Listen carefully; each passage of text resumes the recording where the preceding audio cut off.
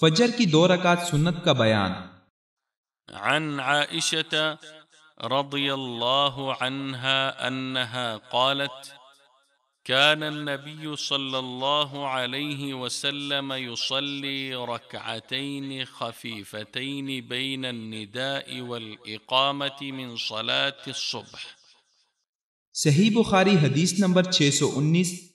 حضرت عائشہ صدیقہ رضی اللہ عنہا نے فرمایا کہ نبی کریم صلی اللہ علیہ وسلم فجر کی اذان اور اقامت کے درمیان 2 ہلکی سی رکعت پڑھتے تھے۔